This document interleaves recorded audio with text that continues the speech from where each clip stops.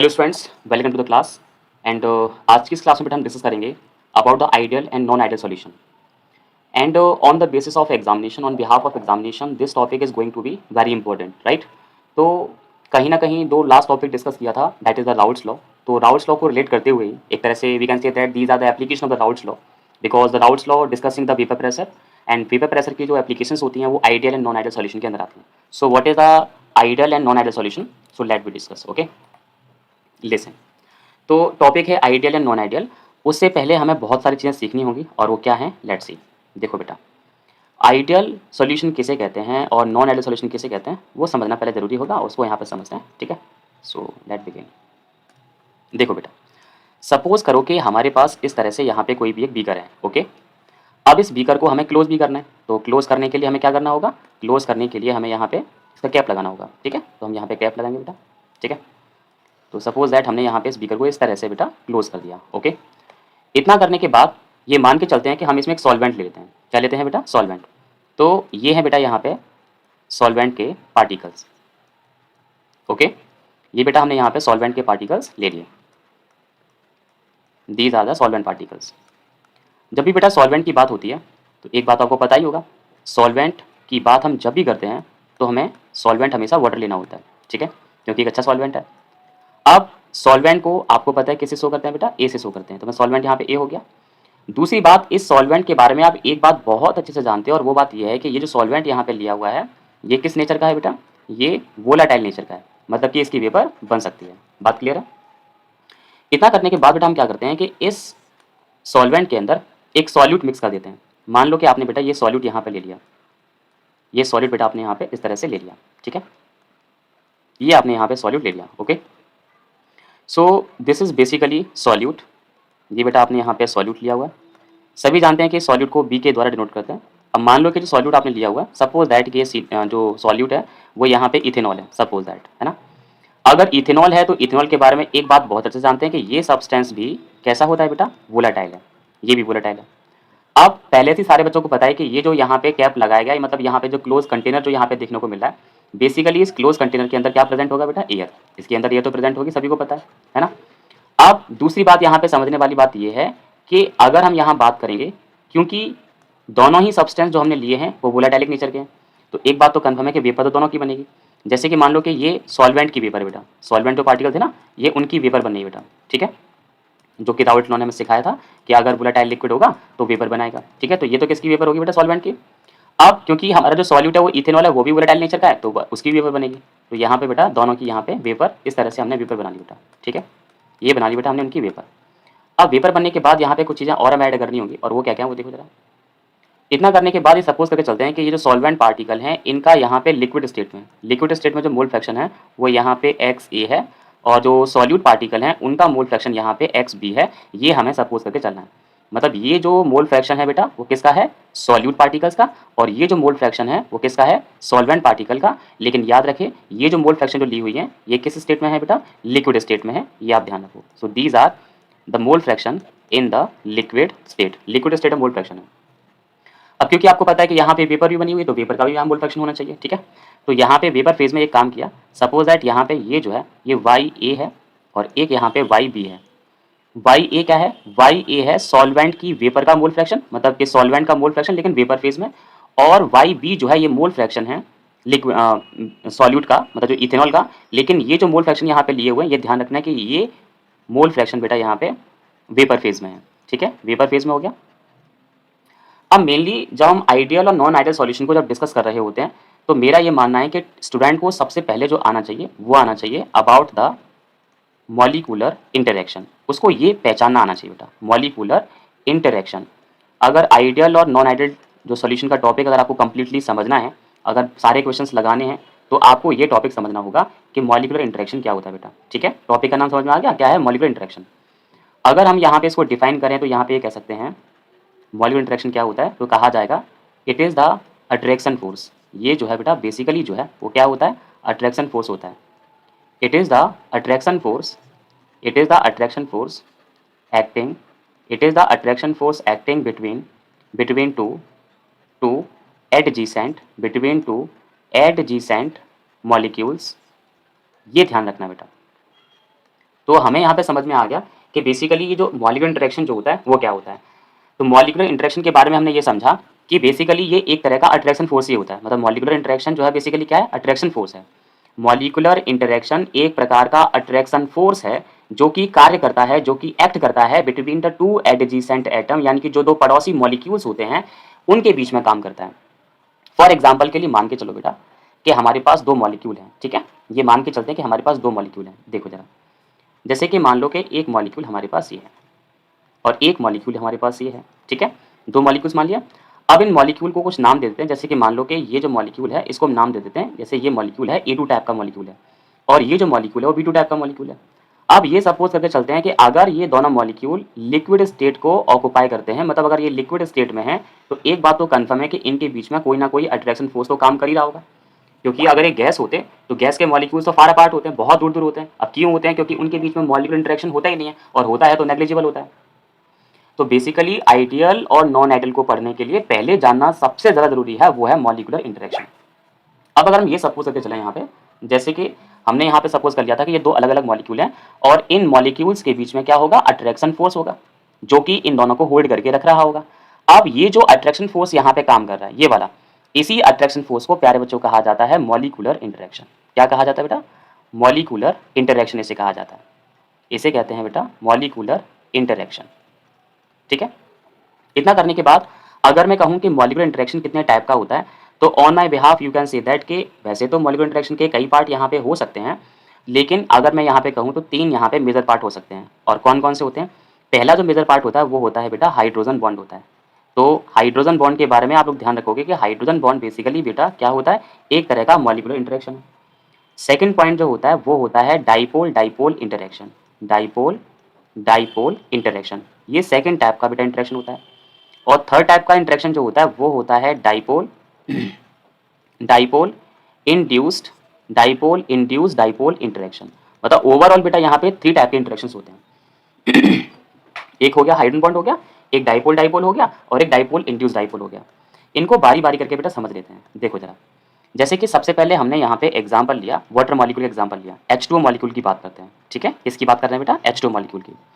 H2O molecule की जब structure बनाते हैं तो आपको पता है कि H2O मॉलिक्यूल की जो स्ट्रक्चर होती है वो बैंड स्ट्रक्चर होती है। बैंड कुछ इस तरह से होती है। अब आपको ये तो पता ही होगा कि H2O जो का जो मॉलिक्यूल होता है उसमें ऑक्सीजन और हाइड्रोजन के बीच में पोलैरिटी होती है। पोलैरिटी होती नहीं होती है? यहाँ पे डेल्टा नेगेटिव चार्ज होता है और हाइड्रोजन पे क्या होता है, डेल्टा पॉजिटिव चार्ज होता है।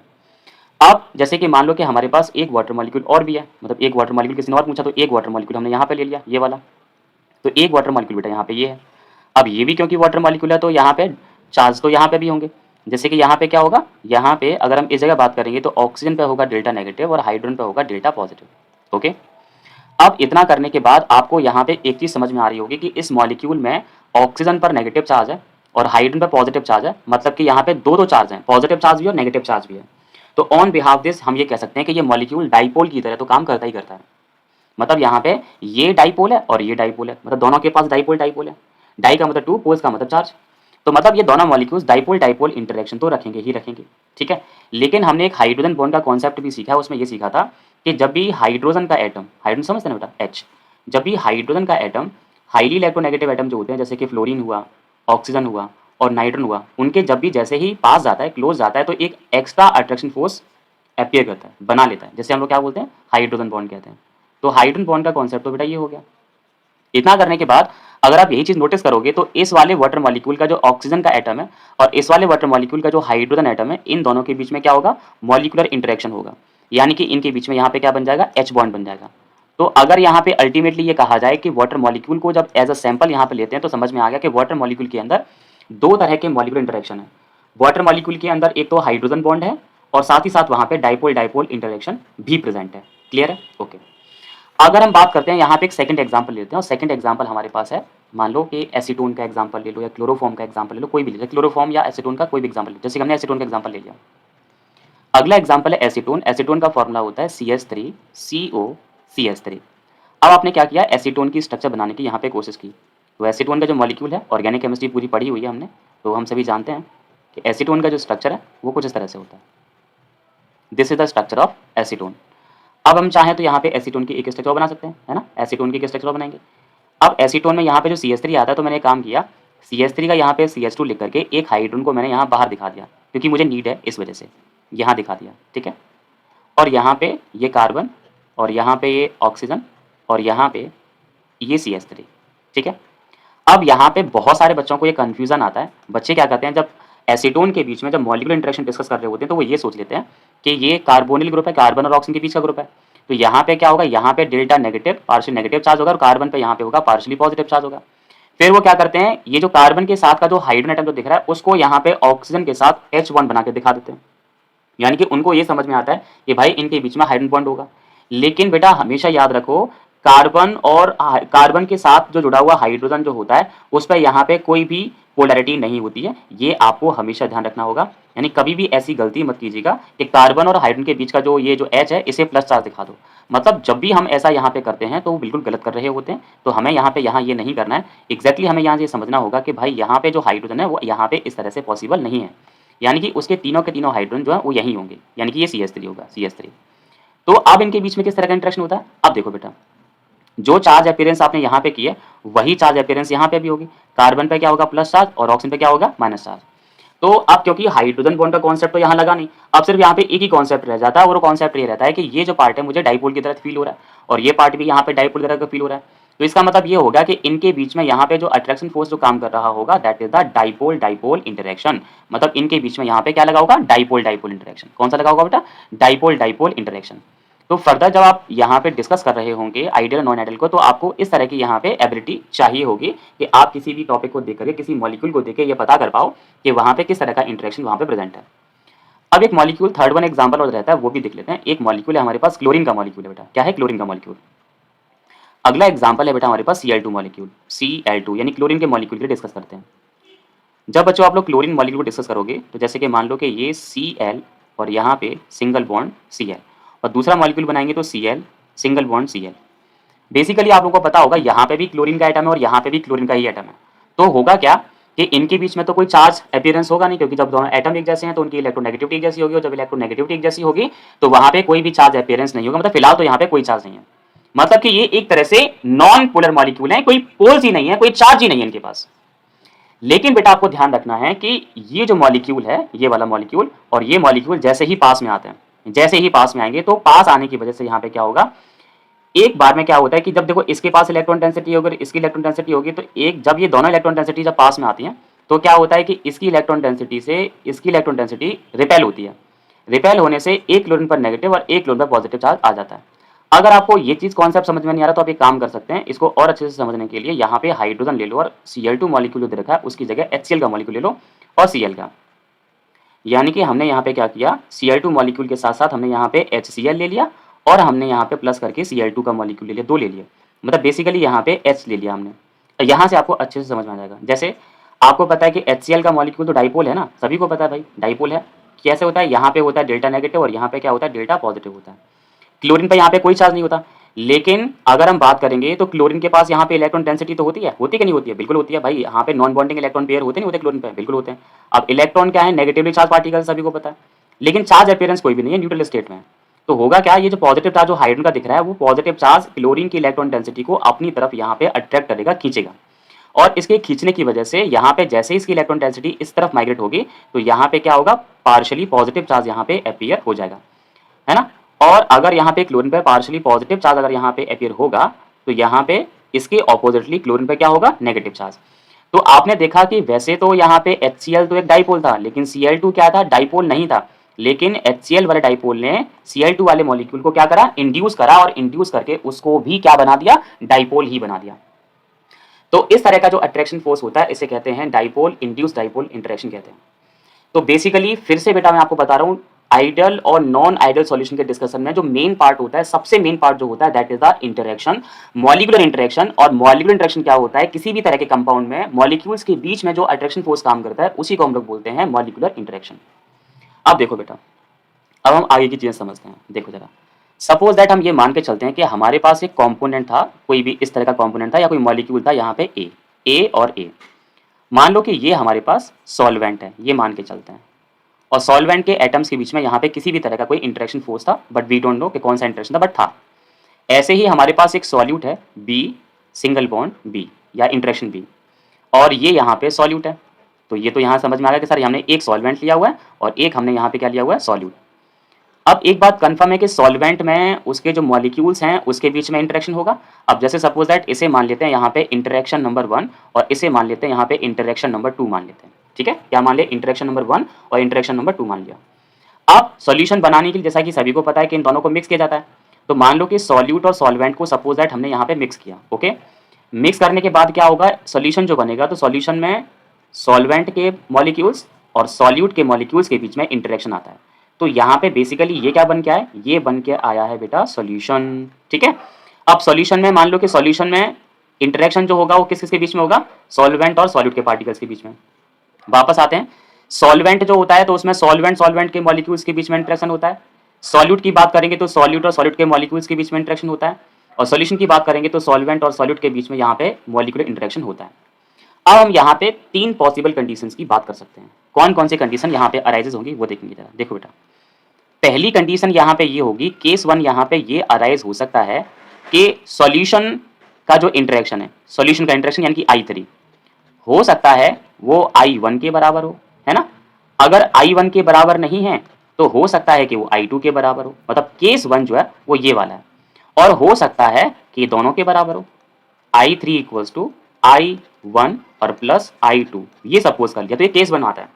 तो केस 1 का मतलब ये हो गया कि जब सॉल्यूशन जो हमने बनाया तो सॉल्यूशन में सॉल्वेंट और सॉल्यूट के पार्टिकल्स के बीच का जो इंटरेक्शन है, उस इंटरेक्शन की वैल्यू सॉल्वेंट पार्टिकल्स के बीच के इंटरेक्शन या फिर सॉल्यूट पार्टिकल्स के इंटरेक्शन के लगभग बराबर हो या फिर दोनों के बराबर हो। तो पहला केस ही आता है।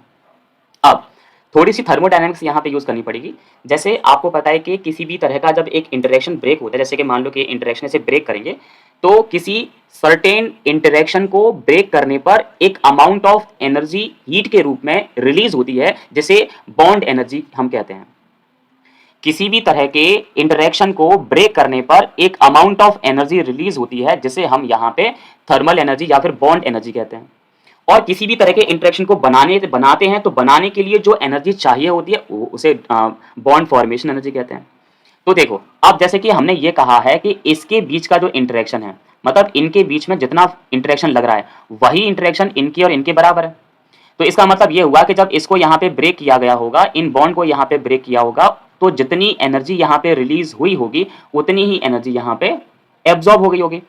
तो समझने वाली बात आपको ये है कि जब ये दोनों आपस में मिक्स हो रहे होते हैं, मतलब ये दोनों आपस में जब प्लस होते हैं, तो समझना होगा कि ये जो पर्टिकुलर ए इंटरेक्शन ए जो है वो इंटरेक्शन कैसा होगा प्यारे बच्चों, ब्रेक होगा। ये इंटरेक्शन कैसा होगा, ब्रेक। और सॉल्यूट पार्टिकल्स के बीच में भी जो इंटरेक्शन होगा वो भी कैसा होगा, ब्रेक होगा। और सॉल्यूशन जब बनेगा तो सॉल्यूशन में सॉल्वेंट और सॉल्यूट के बीच में जो इंटरेक्शन होगा वो क्या होगा, फॉर्म होगा, यानी कि बनेगा। यानी कि यहाँ पे इंटरेक्शन ब्रेक हो रहे हैं और यहाँ पे इंटरेक्शन फॉर्म हो रहा है। अगर इन इंटरेक्शन की स्ट्रेंथ यहाँ पे बराबर हो तो ये कहा जा सकता है कि जितनी जितनी एंथैल्पी, जितनी एनर्जी रिलीज हुई थी उतनी ही एनर्जी क्या होगी, एब्जॉर्ब होगी, है ना। तो मतलब जब ब्रेक हुआ था तो ब्रेक में आपको पता है कि यहाँ पे जो H होती है, मतलब बॉन्ड एंथैल्पी जो होती है, डेल्टा HB जो होती है, बॉन्ड एंथैल्पी जो होती है, यहाँ पे इन दोनों ही केसेस में बॉन्ड एंथैल्पी कैसी होगी बेटा, रिलीज होगी। इन दोनों केसेस में डेल HB जो होगी, बॉन्ड एंथैल्पी जो होगी, वो कैसी होगी बेटा, रिलीज होगी। अब जो लास्ट केस है, इस वाले केस की अगर हम बात करेंगे तो इस वाले केस में जो बॉन्ड एंथैल्पी है वो क्या होगी, एब्जॉर्ब होगी। एब्जॉर्ब होगी कि नहीं होगी, बिल्कुल होगी सर। यहाँ पे बॉन्ड एंथैल्पी क्या होगी, एब्जॉर्ब होगी। अब क्योंकि इंटरेक्शन सेम है तो इंटरेक्शन सेम होने की वजह से ना तो एंथैल्पी रिलीज होगी और ना एब्जॉर्ब होगी। तो अगर हम केस 1 की बात करेंगे तो केस 1 में ये सिचुएशन निकल के आई है, केस 1 में ये सिचुएशन निकल के आई है कि सर केस 1 में ना तो बॉन्ड एंथैल्पी रिलीज होगी प्यारे बच्चों और ना बॉन्ड एंथैल्पी एब्जॉर्ब होगी, ऐसा हमें ध्यान रखना है, ठीक है। तो इस वाले केसेस में ये हुआ कि अगर मैं एंथैल्पी चेंज या एंथैल्पी ऑफ मिक्सिंग की बात करूं कि मतलब दोनों को जब मिक्स किया गया था तो एंथैल्पी चेंज कितना आएगा, तो आंसर यहां पे आएगा एंथैल्पी चेंज कितना रहेगा, 0। कोई भी एंथैल्पी चेंज नहीं होगा। कब, जब इंटरेक्शन कैसे हो, बराबर हो। जब सॉल्यूशन के मॉलिक्यूल्स के बीच का इंटरेक्शन सॉल्वेंट और सॉल्यूट के मॉलिक्यूल्स के बीच के इंटरेक्शन के बराबर हो तो ध्यान रखना है कि डेल्टा H मिक्सिंग 0 होगा, क्योंकि हीट ना तो रिलीज होगी और ना ही एब्जॉर्ब होगी, ये आपको ध्यान रखना है, ठीक है। सेकंड केस बात करते हैं। सेकंड केस में जब होगा, क्योंकि जितने इंटरेक्शन के साथ मॉलिक्यूल बना है जितना और उतना ही इंटरेक्शन सॉल्यूट और सॉल्वेंट के बीच में था, तो यहाँ पे अगर हम वॉल्यूम की बात करेंगे तो वॉल्यूम ना तो इंक्रीज होगा और ना ही वॉल्यूम जो है डिक्रीज होगा। यानी कि अगर हम डेल्टा H की डेल्टा V मिक्सिंग की बात करेंगे, मतलब वॉल्यूम चेंज की बात करेंगे, तो delta V mixing equal to यहाँ पे कितना आ जाएगा, 0, ठीक है। ये हो गया। इतना करने के बाद बेटा यहाँ पे केस नंबर 2 यहाँ पे आ जाता है। केस नंबर 2, केस नंबर 2 अगर हम ये डिस्कस करके चलें कि I3 जो है, I3 यानी कि सॉल्यूशंस के बीच का इंटरेक्शन या तो I1 के बराबर नहीं है, मतलब I1 से कमजोर है, छोटा है, मतलब I3 की जो वैल्यू है वो I1 से कम है। अगर मान लो I1 से कम नहीं है तो सपोज दैट I2 से कम हो, या तो I1 से कम हो।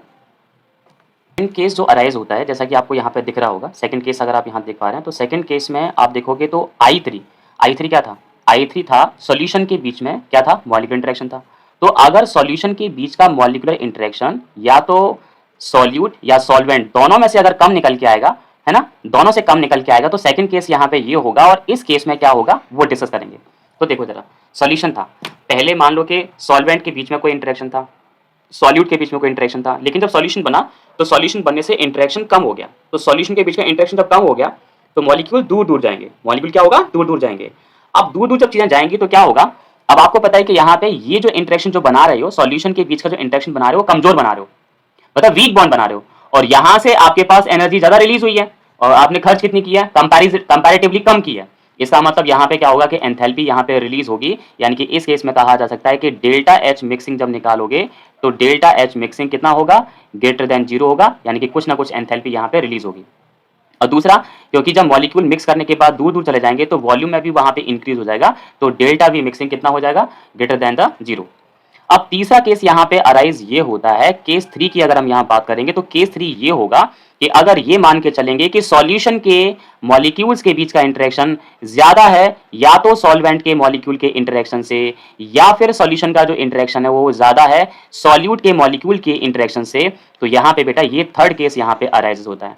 और थर्ड केस में क्या होगा, क्योंकि आपको पता है कि यहाँ पे अब आप स्ट्रॉन्ग बॉन्ड बना रहे हो, पहले के कंपैरेटिवली ज्यादा स्ट्रॉन्ग बॉन्ड बना रहे हो, तो स्ट्रॉन्ग बॉन्ड बनेगा तो स्ट्रॉन्ग बॉन्ड से क्या होगा कि आपको एंथैल्पी की आवश्यकता और पड़ेगी, यानी कि आपको यहाँ पे एंथैल्पी एब्जॉर्ब करनी पड़ेगी, यानी कि यहाँ पे डेल्टा एच मिक्सिंग की अगर हम बात करेंगे तो delta H mixing less than 0 होगा, और डेल्टा वी मिक्सिंग क्योंकि मॉलिक्यूल्स पास पास आ जाएंगे तो वो कम जगह घेरेंगे, जिससे कि वॉल्यूम क्या होगा, डिक्रीज हो जाएगा बेटा, ठीक है। तो यहाँ पे सब कुछ जो डिपेंड करता है वो मॉलिक्यूलर इंटरेक्शन पे डिपेंड करता है। अगर मॉलिक्यूलर इंटरेक्शन सेम रहता है तो ना तो हीट रिलीज होगी ना ही एब्जॉर्ब होगी। अगर मॉलिक्यूलर इंटरेक्शन सेम नहीं है तो यहाँ पे दो कंडीशंस यहाँ पे अराइज होते हैं।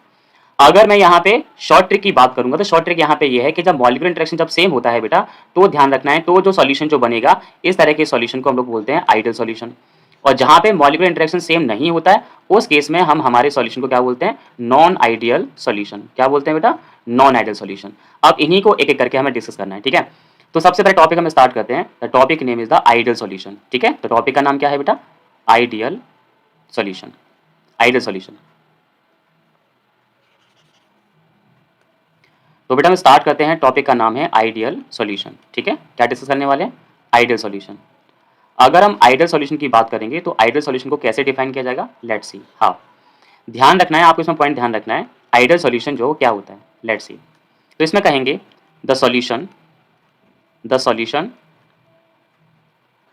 The solution which obeys, the solution which obeys, the solution which obeys Raoult's law, Raoult's law at the wide range, at the wide range, at the wide range of temperature, at the wide range of temperature, at the wide range of temperature and pressure, temperature and pressure, temperature and pressure is called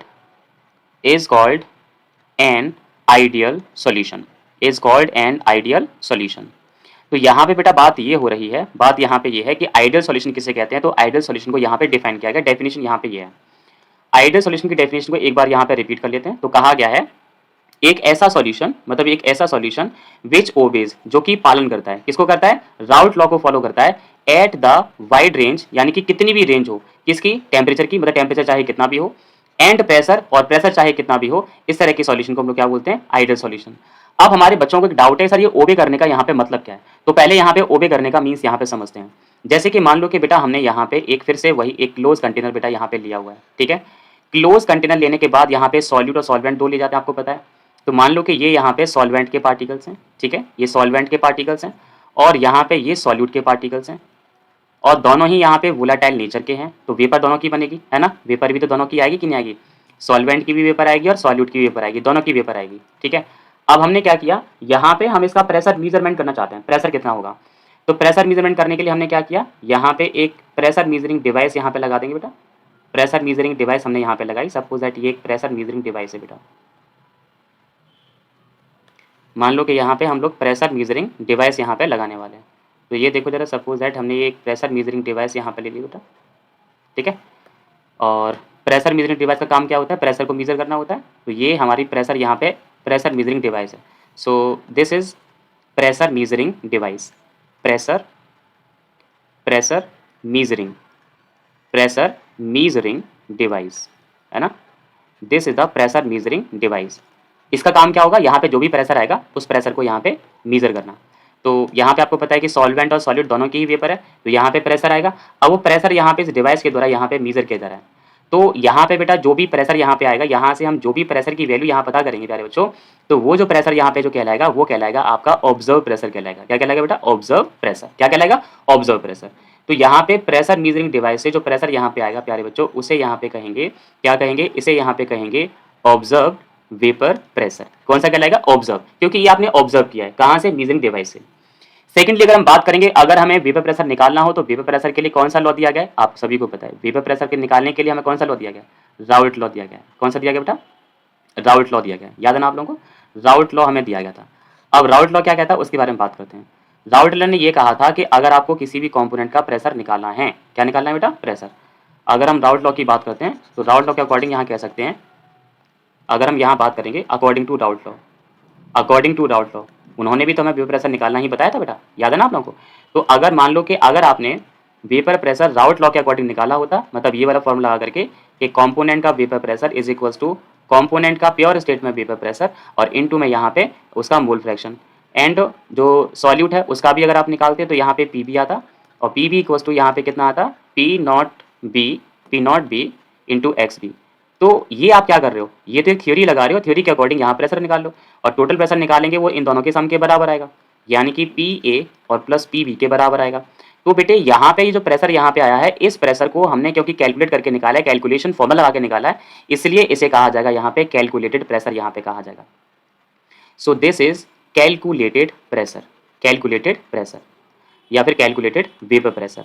my dear students, I want to say that, मैं ये कहना चाहता हूँ, ये जो चीज़ें मैंने आपको बताई हैं कि कैलकुलेटेड वेपर प्रेशर क्या होता है, राउल्ट लॉ का फॉर्मूला लगा करके जब आप प्रेशर निकालोगे, जब वेपर प्रेशर निकालोगे तो वो कहलाएगा आपका कैलकुलेटेड वेपर प्रेशर। और जब आप एक्सपेरिमेंट को प्रूव करके मतलब एक्सपेरिमेंटल वैल्यू निकालोगे तो वो कहलाएगा आपका ऑब्जर्व वेपर प्रेशर, ठीक है। तो ध्यान रखना है जब आइडियल सॉल्यूशन की बात हो रही होती है तो आइडियल सॉल्यूशन में एक चीज जो यहाँ पे ओबे करने का जो मीन्स लिखा था कि ओबे करने का मतलब क्या है, तो ओबे करने का मतलब बेटा यहाँ पे ये है कि जो ऑब्जर्व वेपर प्रेशर जो होता है ना, वो बराबर होता है कैलकुलेटेड वेपर प्रेशर के। तो जब भी आपको कोई भी इस ऐसा एग्जांपल दिखे कि जिसमें ऑब्जर्व वेपर प्रेशर की वैल्यू कैलकुलेटेड वेपर प्रेशर के बराबर आती है, तो ऐसी सिचुएशन को ही कहते हैं राउल्ट लॉ को ओबे करना। तो बुक्स में तो सिर्फ ये लिखा होता है कि राउल्ट लॉ को ओबे करे, लेकिन राउल्ट लॉ ओबे करने का एक्चुअली मीन क्या है, वो ये वाला है, यानी कि जब यहाँ पे ऑब्जर्व यानी कि जो एक्सपेरिमेंटल वैल्यू है, ये जो एक्सपेरिमेंटल पी ऑब्जर्व को आप यहाँ पे एक्सपेरिमेंटल वैल्यू भी कह सकते हैं।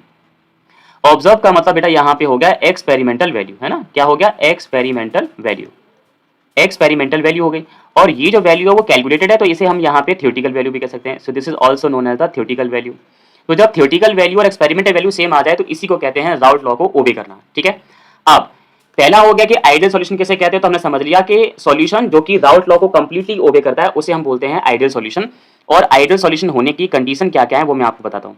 पहली कंडीशन ये है कि यहाँ पे ऐसा सिर्फ जब ही हो सकता है, मतलब आइडियल सॉल्यूशन केवल जब ही बन सकता है जब सॉल्यूशन का जो इंटरेक्शन होगा, सॉल्यूशन का क्या क्या इंटरेक्शन, जब सॉल्यूशन का जो इंटरेक्शन होगा वो बराबर होगा या तो सॉल्वेंट के इंटरेक्शन के, ठीक है, या सॉल्यूट के इंटरेक्शन के बराबर होगा। तो उसी केस में यहाँ पे बेटा आपको ध्यान रखना है कि आइडियल सॉल्यूशन बन सकता है।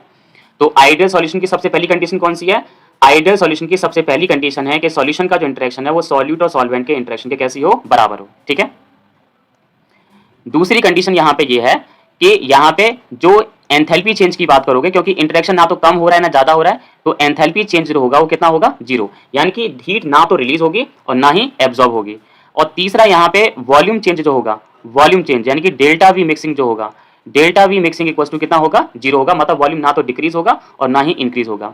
और तीसरी कंडीशन यहाँ पे ये आती है कि जो प्रेशर जो होगा यानी कि पी ए जो होगा वो एग्जैक्टली यहाँ पे बराबर होगा, किसके बराबर होगा, P naught A into X A के बराबर होगा। और इसी तरह पी बी जो होगा, पी बी इक्वल टू यहाँ पे हो जाएगा P naught B into X B के बराबर होगा।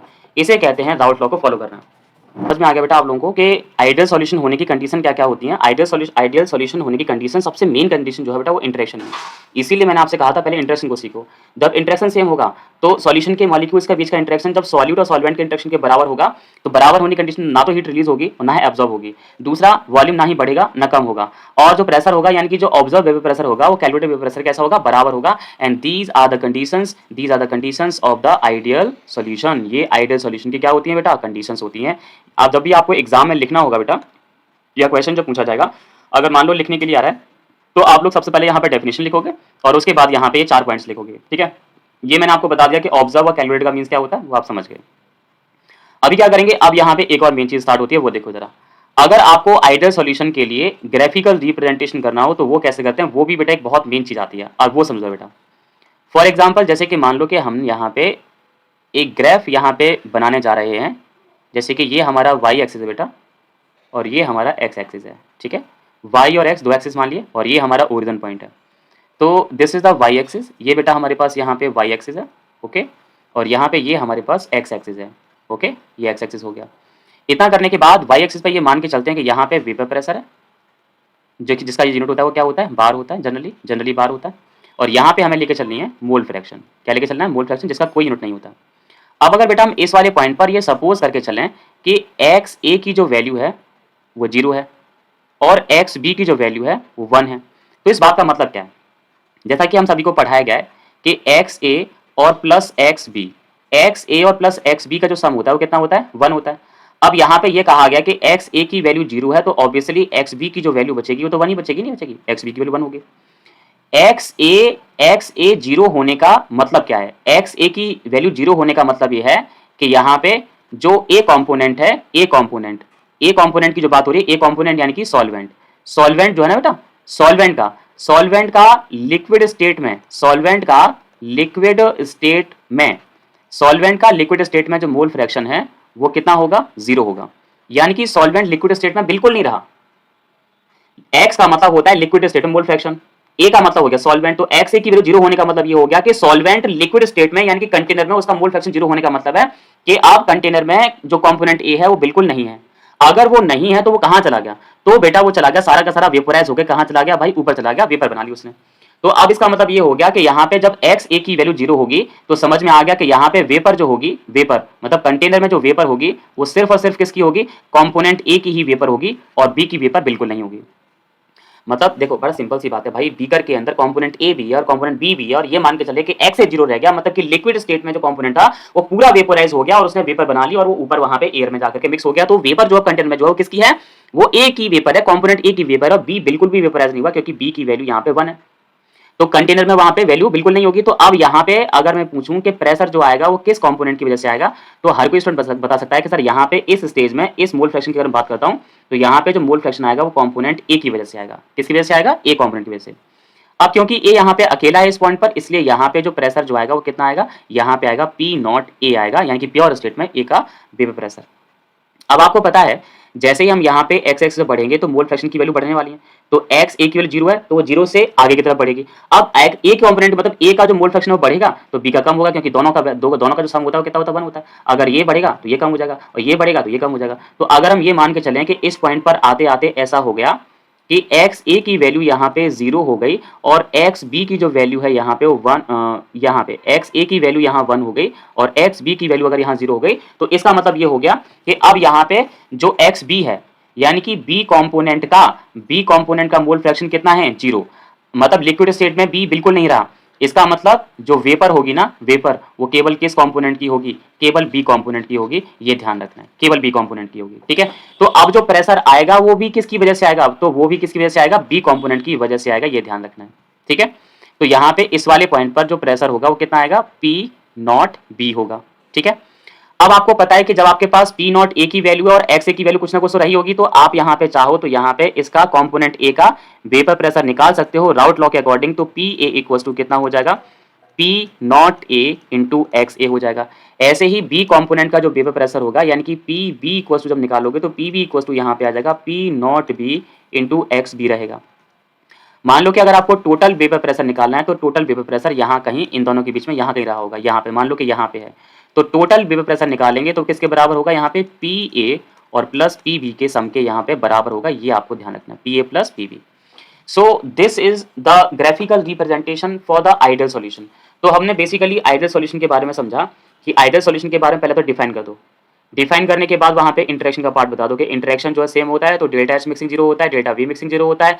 कैलकुलेटेड वेपर प्रेशर जो होता है वो थ्योरेटिकल जो वेपर प्रेशर जो होता है वो एक्सपेरिमेंटल के बराबर होता है, मतलब कि राउट लॉ को ओबे करता है। ओबे करने के बाद आप बता दोगे यहाँ पे कि इस तरह का ये इसका ग्राफिकल रिप्रेजेंटेशन रहेगा। ठीक है,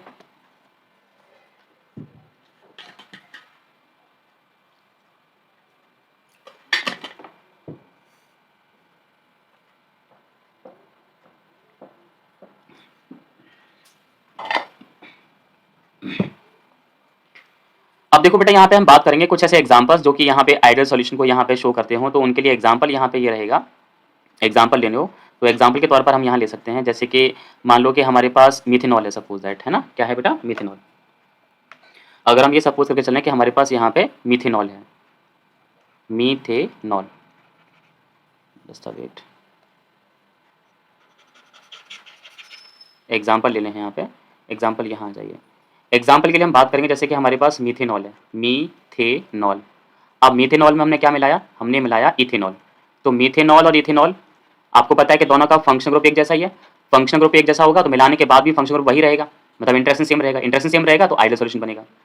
अगला एग्जाम्पल यहाँ पे हो सकता है एन हेक्सेन, एन हेक्सेन यानी कि नॉर्मल हेक्सेन, और यहाँ पे एन हेप्टेन, नॉर्मल हेप्टेन। तो यहाँ पे आप देखोगे दोनों के दोनों ही यहाँ पे सेम फंक्शन ग्रुप रखते हैं, दोनों ही एल्केन है, तो मतलब मिलाने के बाद इंटरेक्शन चेंज नहीं होगा। अब जैसे कि यहाँ पे दिया हुआ है इथाइल ब्रोमाइड, है ना, क्या दिया हुआ है, इथाइल ब्रोमाइड, इथाइल ब्रोमाइड और प्लस इथाइल क्लोराइड। तो इथाइल ब्रोमाइड और इथाइल क्लोराइड की अगर हम बात करोगे तो दोनों का फंक्शनल ग्रुप यहाँ पे सेम है, इसका मतलब ये भी क्या बनाएंगे, आइडियल सॉल्यूशन ही बनाएंगे। उसके बाद हम बात करते हैं, नेक्स्ट टॉपिक हमारे पास आता है नॉन आइडियल सॉल्यूशन। क्या आता है बेटा, नॉन आइडियल सॉल्यूशन। तो अगर हम बात करेंगे नॉन आइडियल सॉल्यूशन की, तो आइडियल सॉल्यूशन को पढ़ने के बाद एक आइडिया तो थोड़ा बहुत यहाँ पे हो गया होगा कि नॉन आइडियल सॉल्यूशन क्या होगा। तो अगर हम बात करेंगे नॉन आइडियल सॉल्यूशन की तो इसे डिफाइन कर सकते हैं, कैसे डिफाइन करेंगे, सच ए सॉल्यूशन, यानी कि एक ऐसा solution, such A solution which do not obey, जो कि नहीं मानता है, नहीं पालन करता है, which do not obeys Raoult's law, यानी कि जो राउल्ट्स लॉ को ओबे नहीं करता है वही यहाँ पे क्या कहलाएगा, नॉन आइडियल सॉल्यूशन कहलाएगा। जो फॉलो करता है, जो उसे ओबे करता है वो आइडियल होता है, और जो फॉलो नहीं करता है वो क्या होता है, नॉन आइडियल सॉल्यूशन कहलाता है। अब नॉन आइडियल सॉल्यूशन बनाने की यानी कि ओबे ना करने की कंडीशन क्या रही होगी, सर सॉल्यूशन के मॉलिक्यूल्स में जो इंटरेक्शन जो होगा वो बराबर नहीं रहा होगा, या तो सॉल्वेंट मॉलिक्यूल से कम या ज़्यादा रहा होगा, या फिर सॉल्यूट के मॉलिक्यूल से कम या ज़्यादा रहा होगा, मतलब बराबर नहीं रहा होगा। इस वजह से वो कैसा हो गया, वो हो गया नॉन आइडियल। अब नॉन आइडियल होगा तो या तो हीट रिलीज होगी या फिर हीट एब्जॉर्ब होगी, यानी कि delta H mixing does not equal to क्या होगा, जीरो होगा। अगली कंडीशन, वॉल्यूम या तो कम हो जाएगा या ज़्यादा हो जाएगा, यानी कि delta V mixing is equal to कितना होगा, डज नॉट इक्वल जीरो आएगा। और थियोरेटिकल प्रेशर जो होगा, थियोरेटिकल प्रेशर यानी कि पी ए जो होगा वो जो कैलकुलेट जो ऑब्जर्व प्रेशर यानी कि एक्सपेरिमेंटल वैल्यू जो है उससे या तो कम रहा होगा या फिर ज़्यादा रहा होगा, तो डज नॉट इक्वल टू आ जाएगा। तो P A does not equal to P naught A into X A, and P B जो रहेगा वो डज नॉट इक्वल टू यहाँ पे आ जाएगा P naught B into X B के बराबर आ जाएगा। तो ये है प्यारे बच्चों नॉन आइडियल सॉल्यूशन। तो नॉन आइडियल सॉल्यूशन वो होता है जो कि राउल्ट लॉ को फॉलो नहीं करता। फॉलो ना करने की कंडीशन क्या है, इंटरेक्शन बराबर नहीं रहा होगा। इंटरेक्शन बराबर नहीं होता है तो या तो कम होता है या ज्यादा होता है, और कम ज्यादा होने की दो कंडीशन है। तो इन दो कंडीशन की वजह से नॉन आइडियल सॉल्यूशन भी बेटा टू टाइप का होता है। एक तो नॉन आइडियल सॉल्यूशन ऐसा होता है, non ideal solution which show positive deviation, जो कि पॉजिटिव डेविएशन शो करेगा, मतलब यहाँ पे चीजें जो बदलेंगी वो बढ़ेंगी, इंक्रीज होंगी। और एक होता है नॉन आइडियल सॉल्यूशन, जो कि नेगेटिव डेविएशन शो करता है, मतलब वहां पे चीजें डिक्रीज होंगी, ये ध्यान रखना है, डिक्रीज होंगी, है ना। अब देखो जरा, हमने यहाँ पे पहला टॉपिक स्टार्ट किया। पहले टॉपिक का मतलब यहाँ पे यहाँ था नाम non ideal solution, non ideal solution, non ideal solution which showing जो कि प्रदर्शित करता है, which showing positive deviation, which show positive deviation from, which show positive deviation from Raoult law, यानी कि जो राउल्ट के लॉ से, राउल्ट के जो लॉ था उससे पॉजिटिव डेविएशन शो करेगा। एक तो वो होता है नॉन आइडियल सॉल्यूशन, पहला टाइप, यानी कि एक ऐसा नॉन आइडियल सॉल्यूशन, एक ऐसा नॉन आइडियल सॉल्यूशन जो कि क्या करेगा, पॉजिटिव डेविएशन शो करेगा। तो नॉन आइडियल सॉल्यूशन एक ऐसा सॉल्यूशन जो कि दिखाता है, क्या दिखाता है, positive deviation from the Raoult law, जो कि राउल्ट लॉ से पॉजिटिव डेविएशन दिखाता है। माय डियर स्टूडेंट, अगर आपको शायद पढ़ा हो, थोड़ी देर पहले अगर आपने पढ़ा था, अगर आपको याद हो तो आपको पता होगा कि पॉजिटिव चीजें कब आएंगी, जब सॉल्यूशन के मॉलिक्यूल्स के बीच में इंटरेक्शन इंक्रीज हो या डिक्रीज हो। बताओ, डिक्रीज होने से आएंगी। तो अगर हम यहाँ पे ये मान के चलेंगे तो यहाँ पे पहली कंडीशन जो आएगी वो ये आएगी कि सॉल्यूशन के बीच का जो इंटरेक्शन है, यानी कि ए इंटरेक्शन बी जो है बेटा, वो डिक्रीज हो गया होगा। किससे? या तो सॉल्वेंट के मॉलिक्यूल्स के बीच में जो इंटरेक्शन था उससे, या फिर सॉल्यूट के मॉलिक्यूल्स के बीच में जो इंटरेक्शन था उससे। उन दोनों में से किसी से भी एक से क्या हो गया होगा, डिक्रीज हो गया होगा। जब इंटरेक्शन डिक्रीज होगा मतलब ये वीक बॉन्ड है और ये स्ट्रॉन्ग थे, तो क्या होगा, हीट मिलेगी, हीट रिलीज होगी, और हीट रिलीज होगी तो डेल्टा एच मिक्सिंग की जो वैल्यू आएगी वो ग्रेटर देन 0 आ जाएगी। और अगर ऐसा हुआ तो इंटरेक्शन कम होने से मॉलिक्यूल दूर दूर चले जाएंगे, और दूर दूर जाने के केस में क्या होगा कि डेल्टा वी मिक्सिंग जो होगा, यानी कि डेल्टा वी मिक्सिंग वो कैसा हो जाएगा, ग्रेटर देन 0 हो जाएगा। और जब यहाँ पे इंटरेक्शन कम हो गया है, तो इंटरेक्शन कम होने से क्या होगा, जब इंटरेक्शन कम हो ही गया है, मॉलिक्यूल दूर दूर चले गए, तो मॉलिक्यूल्स की लिक्विड को छोड़ने की टेंडेंसी, मतलब लिक्विड के सरफेस को छोड़ने की टेंडेंसी, जैसे क्या बोलते हैं, एस्केपिंग टेंडेंसी बोलते हैं। तो मॉलिक्यूल्स की एस्केपिंग टेंडेंसी इंक्रीज हो जाएगी, और मॉलिक्यूल्स की एस्केपिंग टेंडेंसी इंक्रीज होगी तो वेसल में ज्यादा वेपर बनेगी, और वेपर जब ज्यादा बनेगी तो प्रेशर जो आएगा वो थियोरेटिकल से यानी कि कैलकुलेटेड से ज्यादा आ जाएगा। इसका मतलब यहाँ पे ये होगा कि पी ए की जो वैल्यू होगी वो P naught A into X A के प्रोडक्ट से ज्यादा निकल के आएगी, और साथ ही साथ पी बी की जो वैल्यू होगी वो भी ज्यादा निकल के आएगी। किससे? P naught B into X B से यहाँ पे ज्यादा निकल के आएगी। अल्टीमेटली जो टोटल प्रेशर जो होगा यानी कि पी टी जो होगा वो भी ज्यादा निकल के आएगा। किससे ज्यादा निकल के आएगा? पी ए और प्लस पी बी के सम से कैसा निकल के आएगा? ज्यादा निकल के आएगा। And these are some conditions of the non ideal solution which show the positive deviation from the Raoult law.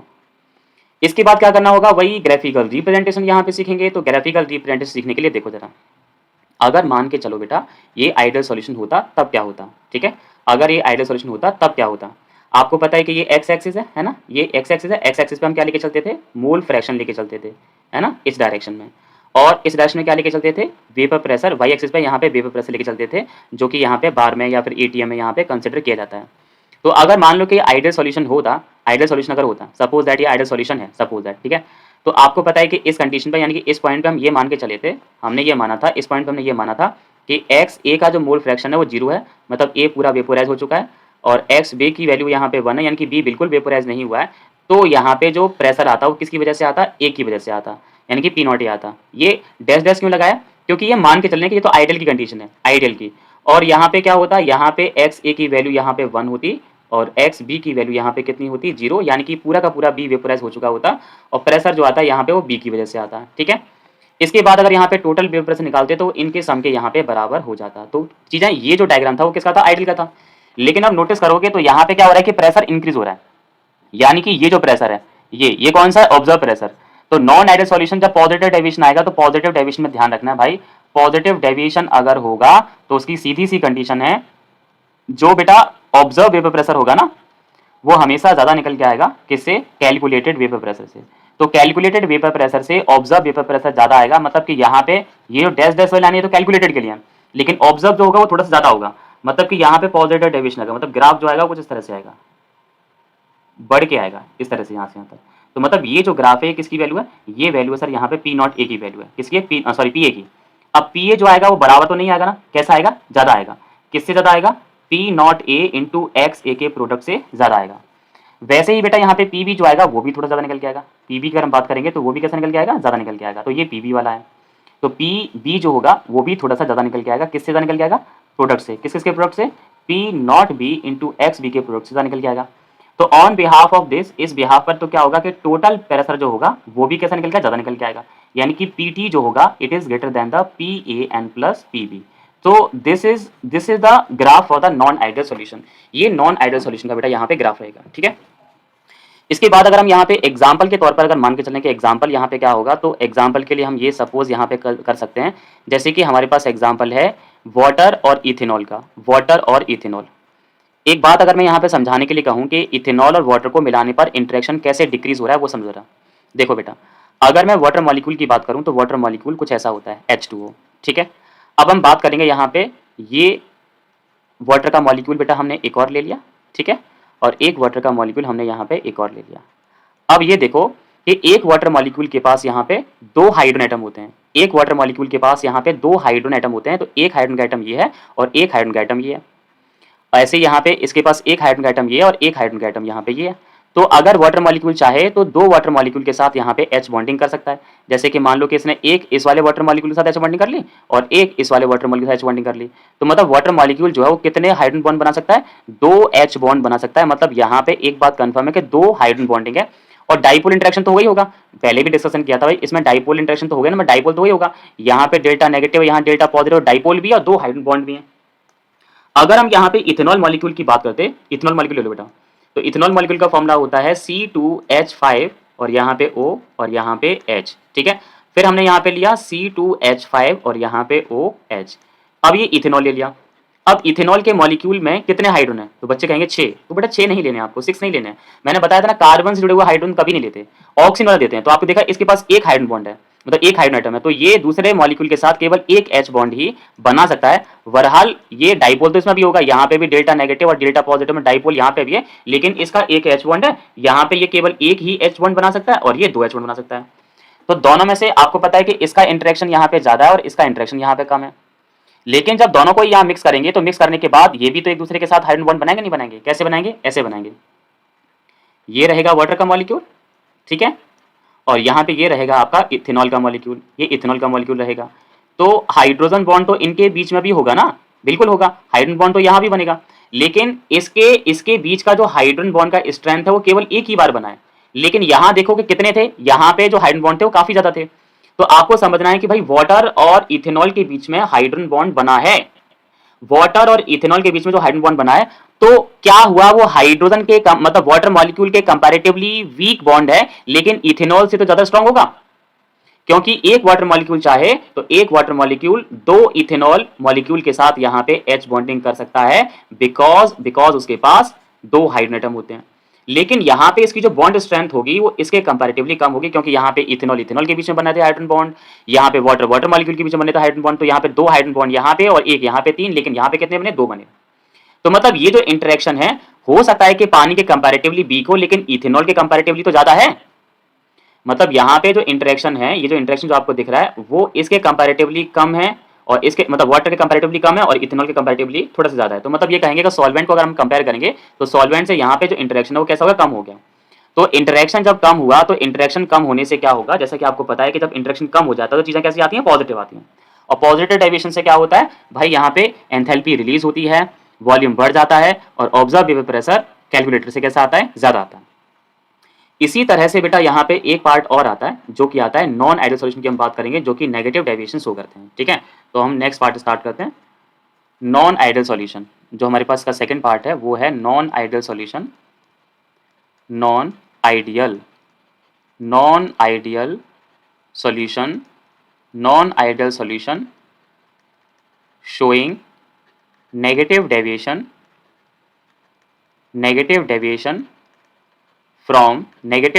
from Raoult law, यानी कि जो राउल्ट के लॉ से नेगेटिव डेविएशन शो करे।